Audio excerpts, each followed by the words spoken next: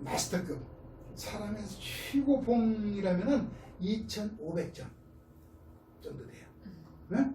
근데 이미 맨 처음에 이게 파누이라는 사람인데, 파누이라는 사람하고 대결, 이 사람 아마 2단이에요. 대결했을 때 이미 최수의 최고봉보다 더 높은 지능을 가졌던 거죠. 계산 실력 가진 거죠. 근데 파누이가 5판 중에 5판 다 졌거든요. 근데 10판을 져서 사실은 나머지 5판은 비공식 대국인데, 그거는 속기라고 해서 30초에 한 번씩 두는 거예요. 바둑 아세요? 속기 바둑 30초에 한 번씩 놔야 그라름 쳐요. 그거 할 때는 3판을 파누이가 이겼어요. 그 네이처에 보고가 됐어요. 아무도 매스컴이 그걸 주목하셨는데, 파누이가 3판을 이겼다는 걸 보고, 아, 이 컴퓨팅이 아직은 시간이 필요하구나. 일단은 그때 제한 시간 1시간으로 했어요. 파누이가 할 때. 이세돌이 얼마 했는지 아세요? 제한 시간을? 2시간. 뭔 얘기예요? 컴퓨터한테 어마어마한 힘을 준 거예요. 파노이하고 똑같은 알파고라 하더라도 이세돌이 대적한 알파고는 시간상으로 봤을 때 훨씬 높은 수준에 있는 거죠. 그래서 제가 그 칼럼 썼어요. 그때 도저히 이거 못 이기는 게임이다. 근데 그 당시에 2010년도에 많은 전문가들이, 컴퓨터 전문가, 뭐 바둑 전문가 다 이세돌이 백전백승이다 이렇게 얘기했어요. 근데 내 혼자 이세돌이 절대로 이길 수 없다 그랬거든요. 그래서 제가 그때 매스컴 많이 났어요. 텔레비도 나가고 신문에도 막 나가고 인터뷰도 많이 하고. 어제 또 이세돌하고 또 한돌이하고 하니까 나한테 또 CBS 전화 왔어요. 해설하다면서 이제 안 한다. 맡긴 것도 아니고 2점 깔고 뒀는데 그건 아니다. 근데 어쨌든 간에 이세돌 이후에 커제가 폭 있게 당겼는데 3판 다 내리 깨졌거든요. 이 알파고의 엠넌 점수가 커제 이후에 5,000점까지 넘었다. 5,000점. 네? 그래가지고 어느 인간도 여기 이길 수 없는 단계예요. 그래가지고 알파고의 고자를 뺐어요. 바둑을 빼고 알파 제로라는 걸 만들었는데, 이거는 데이터를 집어넣지 않았어요. 사람의 데이터.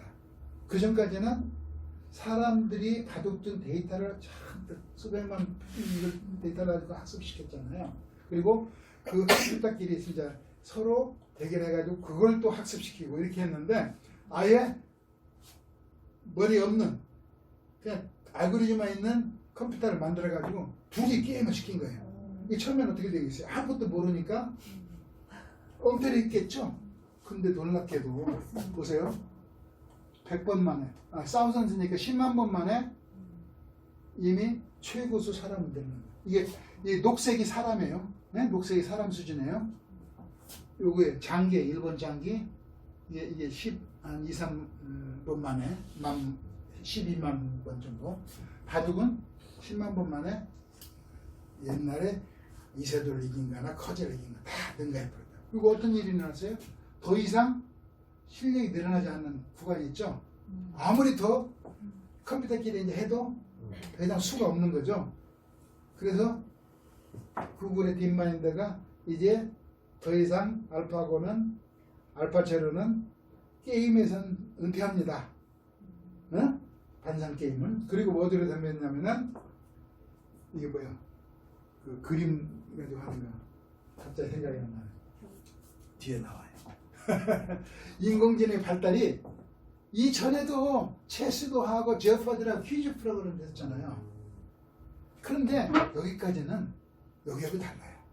여기까지는 컴퓨터에 많은 데이터를 저장시켜 놓고 질문이 나오면 거기에 질문을 답을 찾아다가 답을 한 거였거든요. 근데 알파고는 답이 없는 컴퓨터였어요. 답이 없이 이세돌이 한 점 놓을 때 생각을 하는 거죠. 계속 알고리즘 돌려가지고 그 주변에 어디 있다 놓으면은 그 주변도 아니 반상의 모든 점에 한 번씩 놔보고 끝까지 두어보는 거예요. 끝까지 두어보고 이길 확률을 따졌어요.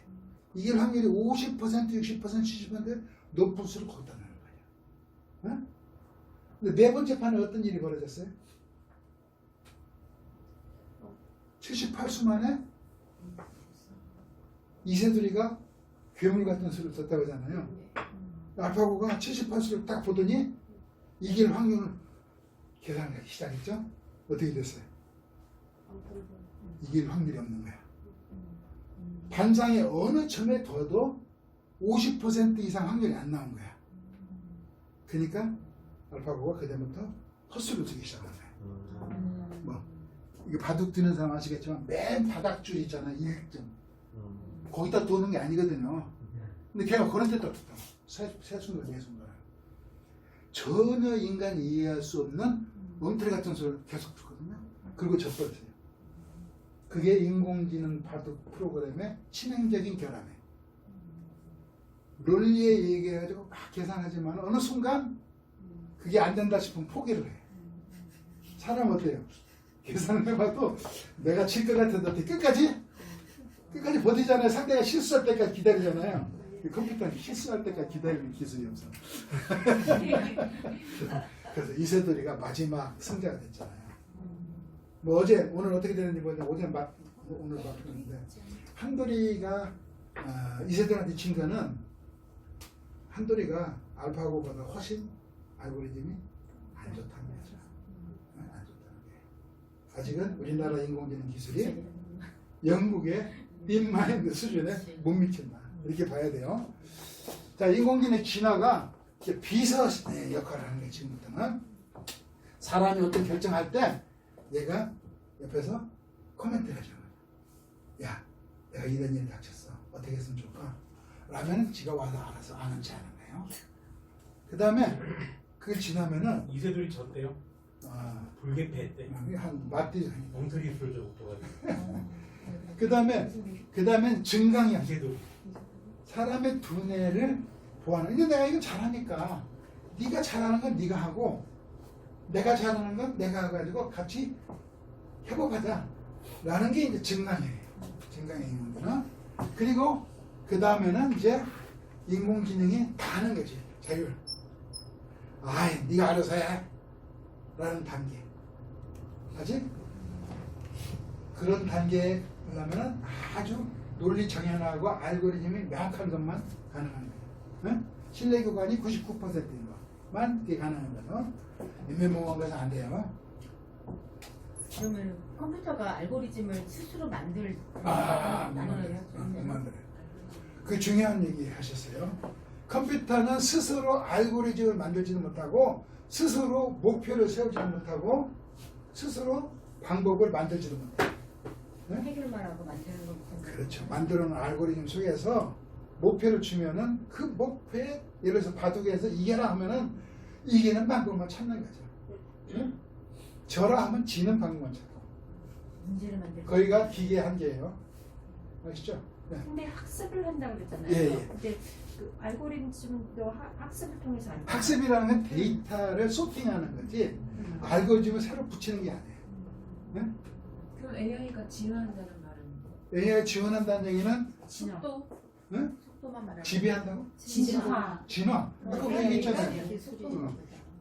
아까 알고리즘이 바뀐다는 얘기는 이게 동영상인데 보시다시피 이제 한 가지 일만 이렇게 하는데 그 한 가지 일조차도 점점 알고리즘 단에서 정확도가 높아진다고 그랬죠. 이게 처음에는 아주 그 원시적인 알고리즘 때문에 복잡한 일을 처리 못하다는 시절이 있었어요. 근데 점점 알고리즘을 개발하다 보니까 복잡한 일도 이제 처리하기 시작해요. 사람 흉내를 좀 내기 시작합니다.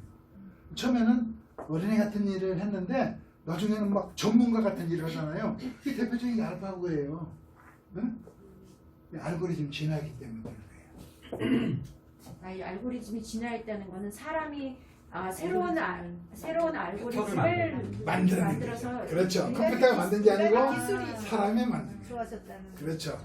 컴퓨팅을 공부하는 학생들이나 연구자들이 이렇게 하면 이 문제를 더 쉽게 풀 수 있으라고 궁리해가지고 알고리즘만 만든 거예요.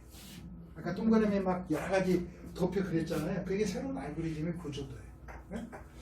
가지고 이제 어떤 단계가 있냐면 이게 동영상이 안 나오는데 예를 들어서 요즘 영화 보면은 동물들이 사람 표정을 하는 영화들 많죠. 그거 어떻게 하는지 다 보셨죠? 네.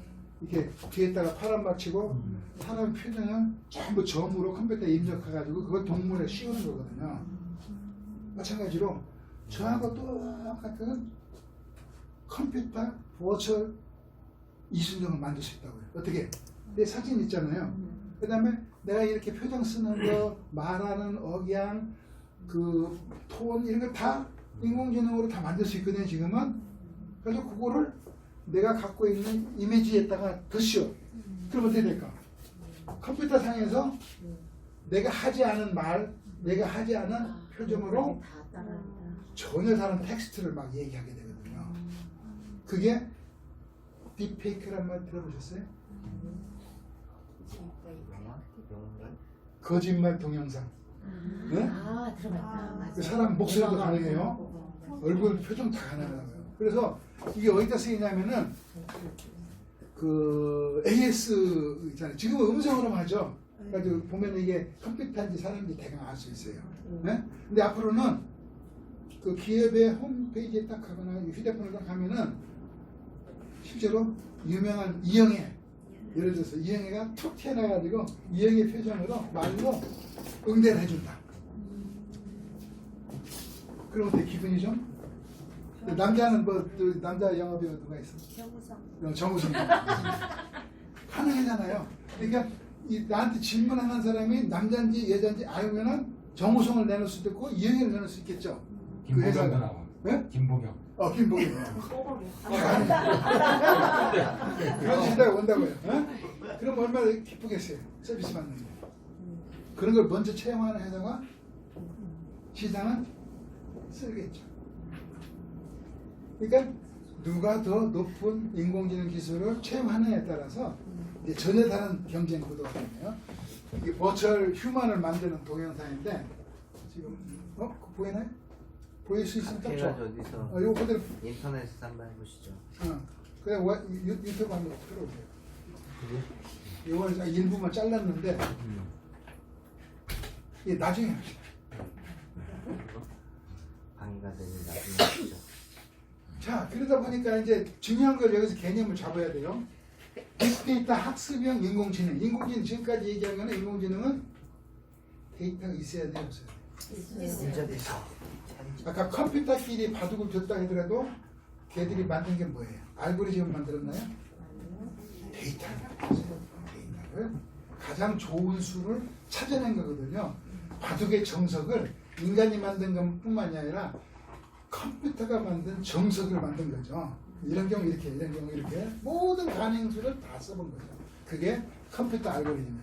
그렇게 하기 위해서 센서가 필요하겠죠.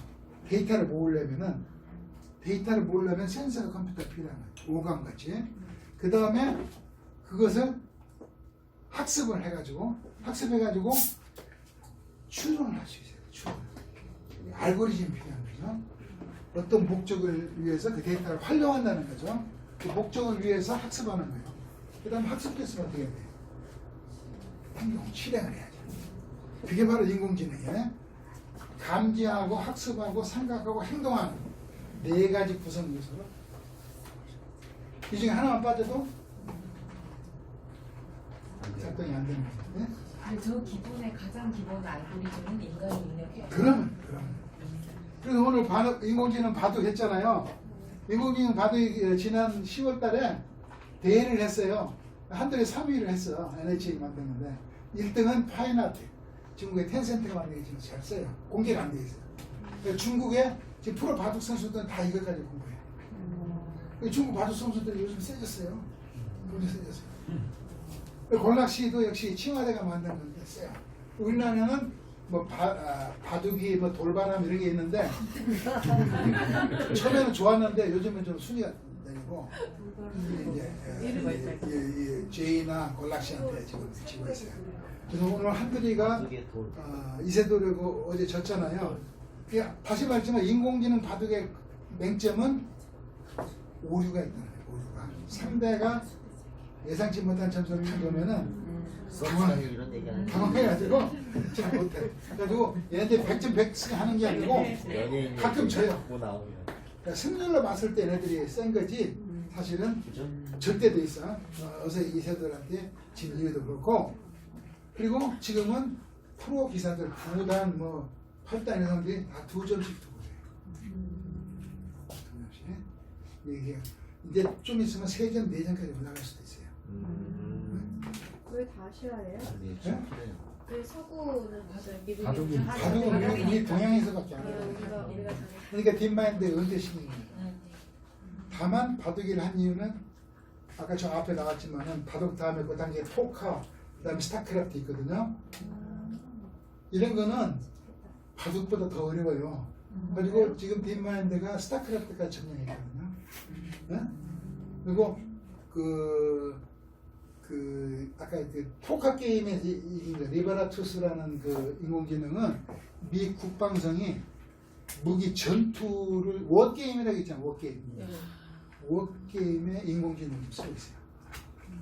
상대방 전력을 어떻게 움직이는지 모르지만은 전부 유추해가지고 포커 하듯이 가지고 상대를 이기는 전술을 막 구사하는 그런 걸 지금 개발하고 있어요. 그 기본이 리버라투스라는 포커 인공지능이에요. 네? 그러니까 점점 게임에서 다른 데로 그 원리가 지금 확산되고 있다. 그런 얘기 하는 거죠. 디지털 지능혁명이 일어나게 되면 어떤 일이 맨 먼저 벌어지냐면요. 일단 교통사고가 없는 사회가 될 거예요. 맨 먼저 우리 서울 같으면 버스 라인 있잖아요. 버스는 지금도 인공지능은 100% 넘는 거예요. 그래서 전용차선 가면 되니까. 가다 쉬다 하면 되잖아요. 무슨 특별한 일이 없잖아요. 신호등만 보고. 100% 인공지능 할 수 있어요. 근데 택시나 일반 승용차 되겠어요? 안 되겠어요? 안 돼. 처음에 어디서부터 되냐?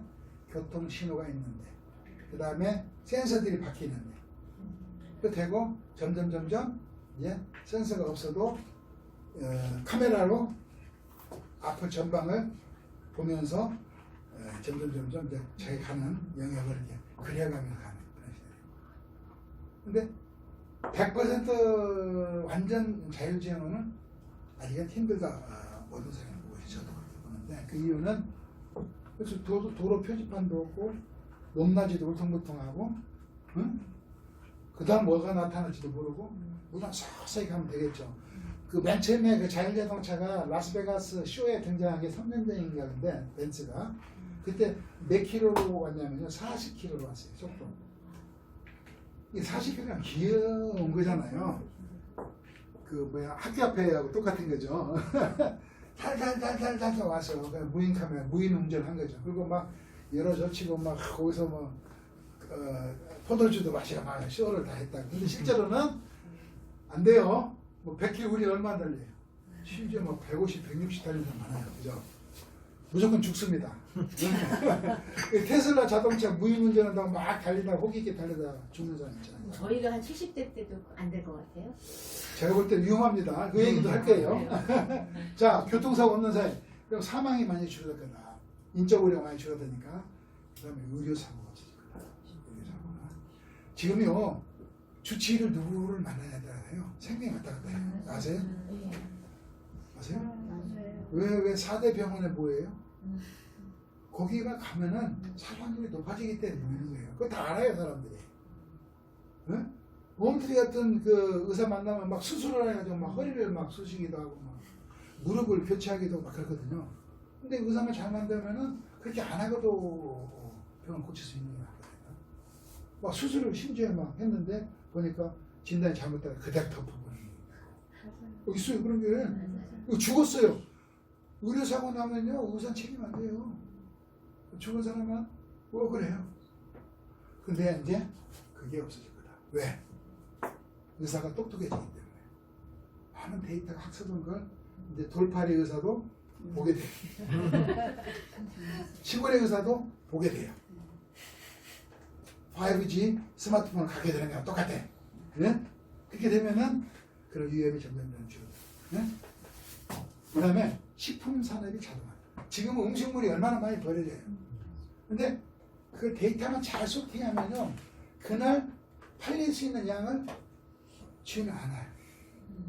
그래서 딱 그만큼만 만드는 거죠. 더 이상 안 팔아. 그러니까 쓰레기가 생기 안 쓰레. 그 다음에 음식을 먹는 사람들, 난 뷔페 가면 막 잔뜩 접시에 걸잖아요. 그게 아니야. 내가 갖고 있는 스마트폰이 그만 들어. 좀 이따 더 먹어. 이렇게 해주거든요. 그러니까 더 먹을 수가 없어. 아, 그건 먹지 마. 이게 되거든요. 그러니까 음식 낭비가 없어. 끊고 먹어야지. 건강도 보존이 된다고 그러죠? 아니 그래도 싫어. 먹을래. 뭐 이. 아, 그건 이제 자기 나름이지. 뭐, 담배 그렇게 나쁘다고 담배 피는 사람은 어쩔 수 없어. 어쩔 수 없어. 그 다음에 맞춤 교육. 맞춤 교육. 어? 이거 진짜 중요한 거예요. 중요한 거예요. 지금까지의 교육하고는 다른 교육이다. 지금까지의 재능하고는 다른 시대가 옵니다. 이미 박사학위에 대해서 별로 인정을 안 해요. 옛날에는 뭘 연구를 하려면은 적어도 박사증은 가지고 있어야죠. 인정 안 하는 근데 그렇지 않아요, 이제. 약간 소프트웨어 사이에서는 아니 한때 지금 학사증을 썼어요. 써먹는 네가 뭐 했는데? 따져요.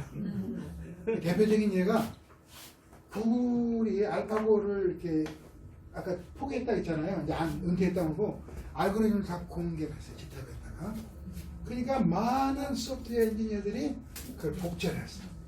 가지고 이 알고리즘은 뭐다 해가지고 막 그 자기 나름대로 해설서를 논문을 하지 않고 그 GitHub이라는 사이트에 막 내는 거예요. 보니까 구글의 소프트웨어 담당 임원이 보니까 한국에 그 저기 울산과기대에 있는 학생이 알파고를 다 해석해버린 거야. 그 김태훈인가 그 친구인데 그래가지고 너 구글에 와서 일해라. 20몇 살짜리. 이메일로 와서. 갈게 안 갈게? 갔어요. 갔어. 못 갔어. 군대를 가자. 컴퓨터가 모르는 거예요. 그래가지고 1년 전에 군대를 마치고 어디로 갈게? 어디로 갈게? 삼성? 앨런 머스크가 세운 테슬라? 인공지능 회사 거기에 갔어요. 월급이 얼마게? 아니 알고 싶지 않아. 4억 30만 불 초봉. 3억 사봉이에요? 응. 사봉이? 소봉 24살짜리가 대박. 졸업장도 없이 위치가 30만 불 초봉을 받고 갔어요. 세상에 그렇게 되겠어요. 네? 뭐 해야 돼요? 이 일을 해결할 수 있는 능력이 필요해요. 그래서 지금도 그 인터넷 사이트에 가면은 마이크로 배지를 줘요. 요 과정을 이수하면은 당신은 이런 문제를 해결할 수 있는 능력이 있다고 배지를 주는 거예요. 그 마이크로 학위라고도 해요. 그래가지고 학교 안 다녀도 누구나 다 자기 관심이 있는 과정을 가서 들을 수가 있어요. 학위도 받을 수 있고요, 물론. 근데 배지를 받을 수 있어요. 어디서요? 어디? 인공수 이게 그 인터넷 사이트에 막 수백 개가 있어요. 무기라고 해가지고 있어요. 그런데 가시면은 그 과정을 거치면 그 배지를 하죠. 그래서 배지가 전부 그 사람 능력이야. 그래가지고 네이버에서 사람을 구한다. 서울대학교 뭐 컴퓨터공학과 출신 저희가 무슨 배지 가지고 있는데 배지로 그걸 제쳐줘요? 월급도 많이 줘. 왜 구글에 있는 건가요? 우리나라 게임 회사들도 다 그런 거 쳐줘요. 그 대학 학위 안 받으면 요즘은 어느 대학교 나오는 거 아무도 따지잖아요. 어디 갈 때 따져요? 요즘 삼성도 안 봅니다. 현대도 안 봅니다. 모든 기업체들이 대학교 안 봐요. 근데 우리는 엄마들은 정말요? 서울대학교 나와야 되는 줄 알아. 어? 이제 그런 시대. 컨설팅 네? 학교 컨설팅 뭘 하시고 할지 그런 얘기는 안 하시죠? 애 따지는 시대. 맞춤 교육. 자기가 뭘 할 수 있는지를 상대방이 다 알아. 이제 이 사람이 옛날 우리 그 이력서 가지고 했잖아. 이 사람이 서울대학교에 석사니까 뭐 정도 할 수 있을 거야. 뭐 하버드의 박사니까 이 사람 뭐 할 수 있을 거야. 뭐 임원도 시켜주고 막 부장도 시켜주고 일단 주장. 예? 근데 그런 거 없어요. 이 사람이 이제 직위가 중요하지만 이 사람이 무슨 문제를 할 수 있고 경력을 보나요? 뭔가 해결하는 뭔가요? 해결한 프로파일. 프로파일. 나는 이러한 일을 했어. 나는 프로파일을 많이 갖고 있어요. 네? 미술가 우리나라 작품 프로파일은 어디 가서 뭐 저기 포트폴리오 뭐 같은. 봉사한 거 이런 거 따지는데 그런 게 아니에요. 인터넷에서 어떤 문제를 해결했다든지 어떤 과제를 해결했다든지 이런 거 따진단 말이에요. 그런 거 잘하는 사람이 이제 유능한 사람이에요. 자, 이제 우리가 살아가 앞으로 사회는 그럼 문제 컴퓨터가 은행이 있는 건가요, 선생님? 네? 그럼 문제 은행이 혹시나 아니 혹시나 있어요. 네. GTUB이라는 네. 그 알고리즘을 공부하는 사이트들이 몇 개 있어요. GitHub, GITHUB, 다시 한번 GITHUB. 네? GitHub이라는 사이트에 가면은 데이터 세트가 있어요. 예리하시고요. 나는 이런 데이터가 있는데 어떤 문제를 해결하고 싶어? 집어내죠. 라고 딱 던져놔. 소디 그러면은 같은 데서 알고리즘 하는 사람들이 잘하시더라고요. 그 데이터를 가지고 알고리즘 개발해가지고 이거 이렇게까지 해결할 수 있어 라고 문제 해결 안을 제시하는 거예요. 이게 서로 경쟁하는 거예요. 네? 그런 사회예요. 그래서 인터넷 사회는요 모든 것이 공개되어 있는 사회예요. 제일 중요한 게 뭐예요? 문제 해결 누가 먼저 왔냐? 데이터. 누가 데이터를 좋은 데이터를 갖고 있는가 그게 비밀이야. 알고리즘은 긁어모아야죠. 그건 데이터가 자기가 긁어모아야지. 알고리즘은 어디다 쓰느냐에 따라 달라요. 긁어모아야죠. 그죠? 데이터 긁어모으기. 이게 데이터 세트에 따라서 시한거 이분체 거짓말. 그 문제를 해결하는 방법이 바뀐단 말이야. 이게 좋은 데이터를 많이 갖고 있어야 돼. 전문가가 된다는 얘기는 많은 데이터를 갖고 있다는 얘기야. 그래야지 이제 어떤 알고리즘을 내가 채택할지 또 그걸 활용하면은 내가 갖고 있는 전문 분야에서 남들보다 더 높은 성과를 낼 수 있다 그랬지? 이렇게 연결되는 거예요. 이해를 하시겠어요? 그래서 사람은 이제 이 데이터를 수집하는 능력이 필요하겠죠. 센서. 응? 이게 굉장히 중요해요. 아까 데이터가 그냥 고양이 데이터만 갖고 있는 사람하고 고양이의 태그가 막 여러 층 달려있는 데이터를 가지는 사람하고 학습하면 누가 이겨요? 많은 태그가 달려있는 그런 데이터를 가지고 있는 사람이 이기는 거죠. 예를 들어서 의료보험공단에 어마어마한 환자 데이터가 있어. 근데 그 데이터가 태깅이 섬세하지 않으면 그 데이터는 무의미한 데이터예요. 무슨 말인지 알겠어요? 그래서 요즘에는 인간 개념 프로젝트라 해가지고 그래서 우리나라의 환자들은 어떤 유전자가 변이를 가지면은 폐암에 걸리고 어떤 유전자 변이 가면은 무슨 암에 걸리고 아니면 암 전체는 어떤 유전자의 변이가 유인하고 이런 걸 알 수 있는 방법은 유일한 게 데이터예요. 그래서 암 환자만 모아가지고 데이터를 DNA를 분석하면은 그런 해법이 쉽게 나오겠죠. 근데 그 암 환자 몇 명 모이면 될까? 아니에요. 이 경우 저 한 경우. 만 명쯤 모여야 돼 최소한. 어? 그래야지 신뢰감이 있는 데이터예요. 근데 우리나라 데이터 모을 수 있어요. 데이터 상법 때문에 안 되게 돼 있어요. 네? 지금 우리나라가 인공지능이 발전할 수 있어요, 없어요? 없어요. 왜? 데이터에 인간 프로파일이 들어간 데이터는 전부 차단돼 있어요.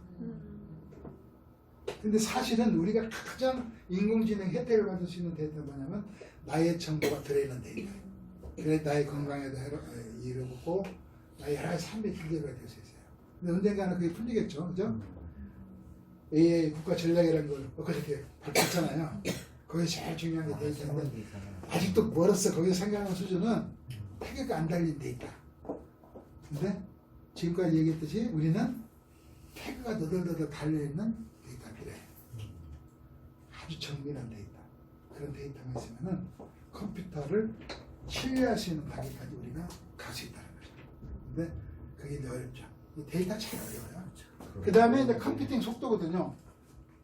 내가 갖고 있는 슈퍼컴퓨터가 어마어마한 외부의 정보를 보는 순간, 입력하는 순간 바로 해결해야 되잖아요. 근데 뭐 계산하는데 시간이 막 걸린다. 그건 뻥이야, 그죠? 그래서 지금 슈퍼컴퓨터가 어떻게 움직이냐면 인공지능 알고리즘 휴대폰 안에 인공지능 칩이 들어가기 시작했어요. 그래서 금년에 일부 들어갔고 내년부터는 거의 100% 인공지능 칩이 들어갑니다. 휴대폰 안에. 그러면은 얘가 이제 나를 학습하기 시작합니다. 내가 휴대폰 임자잖아요.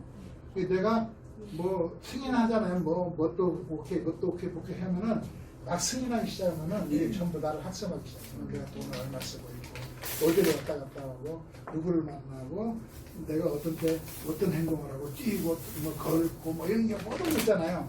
나의 모든 환경을 다 학습하고, 내가 가는 주변에 모든 걸 학습하고, 하여튼 나에 대해서 이제 완벽하게 아는 시간이 얼마 안 남았다.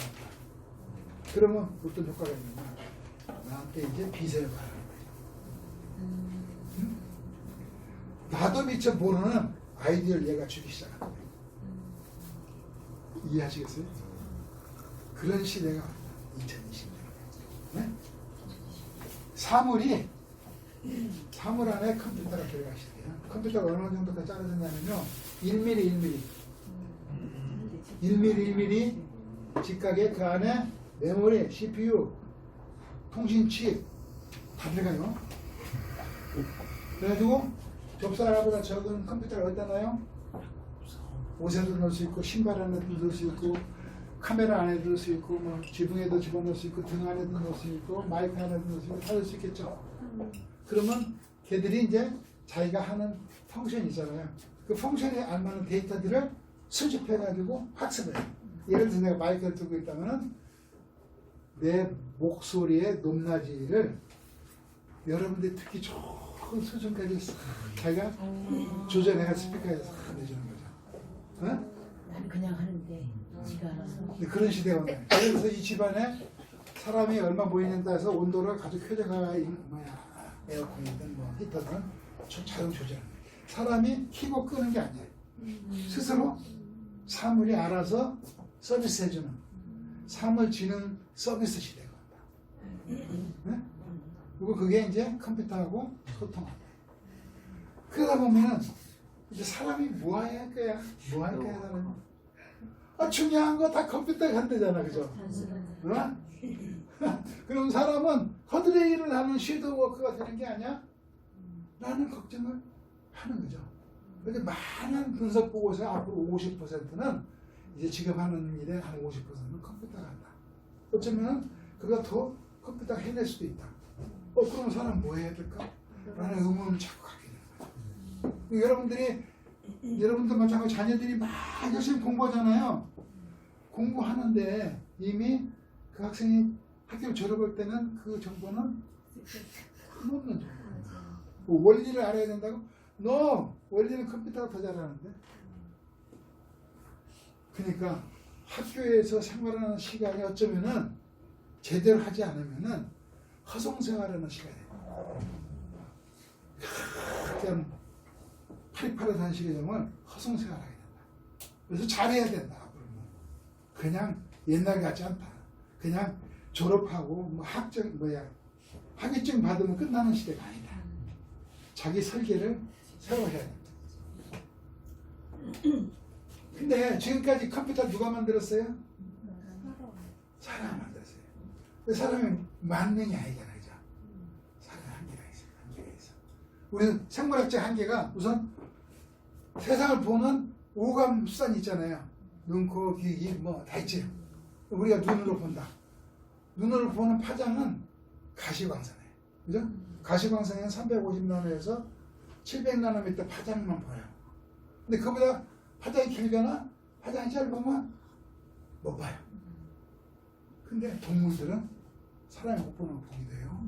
부엉이는 인프라레드 영역이고, 그 다음에 나방이나 벌은 울트라바이올렛, 파장이 짧은 거 본다고요. 예를 들어서 야밤에 막 동물들이 막 왔다 갔다 하면 쟤네는 껌껌한데 왜 잘? 걔네들 껌껌한 게 아니에요. 사람이 껌껌할 뿐이지. 그 다음에 이제 사람이 만든 적외선 망원경은 껌껌해요, 안 껌껌해요? 야간이 돼도 환하잖아요. 다 보이잖아요. 어? 왜? 가시광선보다도 작은 파장이 있기 때문에. 네? 우리가 뭐 소리를 듣잖아요. 우리 집사람이 저보다 다 민감하게 잘 들어요. 전화 왔어요, 그럼. 무슨 전화? 아, 전화 왔어. 가보면 진짜 전화가 와 있어요. 근데 전화 안 들려요. 네? 귀가 먹었어요. 이 사람이 들 수 있는 주파수가 딱 있단 말이에요. 네? 근데 저는 요 정도밖에 못 들어. 코끼리는 있잖아요. 귀가 크죠? 2km 바깥에서 소리를 들어요. 동물들이 막 움직이잖아요. 왜 움직여요? 사람 모르는데 동물들은 그 인기척을 그렇게 돼요. 지금. 네? 가청 영역이 동물마다 다 다르단 말이에요. 쥐하고 그 보는 스로트도 달라. 예를 들어서 파리를 잡아. 파리가 날아가잖아요. 탁 잡잖아요. 잡을 수 있어요, 없어요? 모기를 잡을 수 있어요, 없어요? 손으로 차가지고 못 잡아요. 걔가 딱 보면은 사람이 슬로우 모션으로 싹 하는 거야. 이게 패야지. 걔는 우리는 120 초당 120프레임을 보는데 얘는 한 300프레임을 보는 거야. 그러니까 슬로우 모션이잖아요. 쉽게 봐야지. 그죠? 센서가 필요한 거죠. 사람이 감지하지 못하는 영역에 센서를 사람들이 개발하기 시작해가지고 뭐 온도도 알고 습도도 알고 이런 뿐만 아니라 인간의 오감이 느끼지 못하는 것을 전부 센서를 가지고 감지를 하면은 내가 알지 못하는 정보를 내가 가질 수 있겠죠. 네? 그래. 우리가 알고 있는 사이즈, 네? 우리가 볼 수 있는 사이즈는요. 예를 들어서 세포 볼 수 있어요? 현미경을 보면은 볼 수 있죠? 이게 나노미터예요, 나노미터. 테니스볼 볼 수 있죠? 소금 알갱이 볼 수 있죠? 세포도 현미경 지금 볼 수 있어요. 근데 바이러스 볼 수 있어요? 바이러스 못 봐요. 못 봐요. 그보다 더 바이러스 안에 DNA 있어요. 그 안에는 프로테인이 있어요. 글루코스 막 이렇게 있죠? 네? 못 보죠? 우리 분해능이 없단 말이에요. 그죠? 근데 그 안에서 어마어마한 일이 벌어지고 있잖아요. 그게 1나노미터 밑에는 또 뭐가 있냐면요. 분자 밑에는 원자가 있고, 원자 밑에는 안에 원자 핵이 있죠. 예를 들어서 이거 원자 핵은 원자 크기의 1억분의 1이에요. 응? 우리가 이 살을 본다 이거예요. 보면 이 안에 뭐예요? 분자가 있죠. 분자. 실제 못 보는 분자로 이루어졌잖아요. 세포. 그 세포 분자 안에 DNA 있잖아요. DNA 안에 원자가 있죠. 원자. 근데 원자 안에 그 실제 원자가 다 비어있고 그 안에는 핵이 있는데 1억분의 1을 안에 작은 공간에 있단 말이에요. 그럼 엄밀하게 얘기하면 우리가 레솔루션 분해능이 없어서 그렇지 다 비어있다고 해요. 그래서 우리 문을 다 쳐닫고 휴대폰 딱 켜보세요. 휴대폰 들어요, 안 들어요? 안 들어요? 들어요. 유리는 쉽게 통과해요. 우리가 밀폐된 실에서도 전파를 보는 이유는 전파가 벽을 뚫고 들어오기 때문에요. 전파가 봤을 때는 우리가 치밀하다고 보지만은 전파가 봤을 때는 구멍이 숭숭하네. 네? 우리가 딱 차단되는 습기가 들어오잖아요. 왜? 습기 알갱이가 봤을 때는 구멍이 숭숭하니까 들어온 거예요.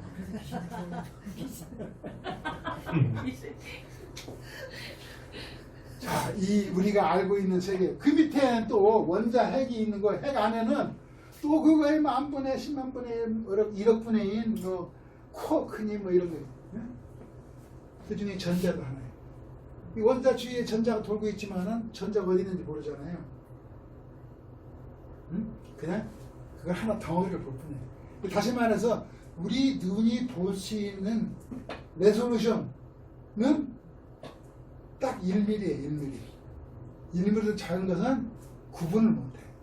근데 만약 우리가 갖고 있는 장비가 그보다 더 작은 걸 볼 수 있다면 뭔가 또 새로운 걸 찾아낼 수 있겠죠. 작은 것뿐만이 아니라 큰 것도 있어요. 어? 지구 덩어리에 비해서 우주 덩어리는요 어디 커요. 우주의 끝이 어딘지 몰라요. 어? 그죠? 근데 그 우주에 뭐가 들어있어요? 우주에 뭐가 들어있어요?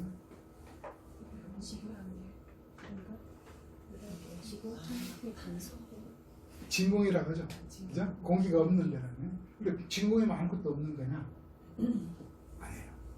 물리학자들은 뭐라고 하냐면 그 안에 암흑 물질로 가득 차 있다고 해요. 암흑 물질. 그리고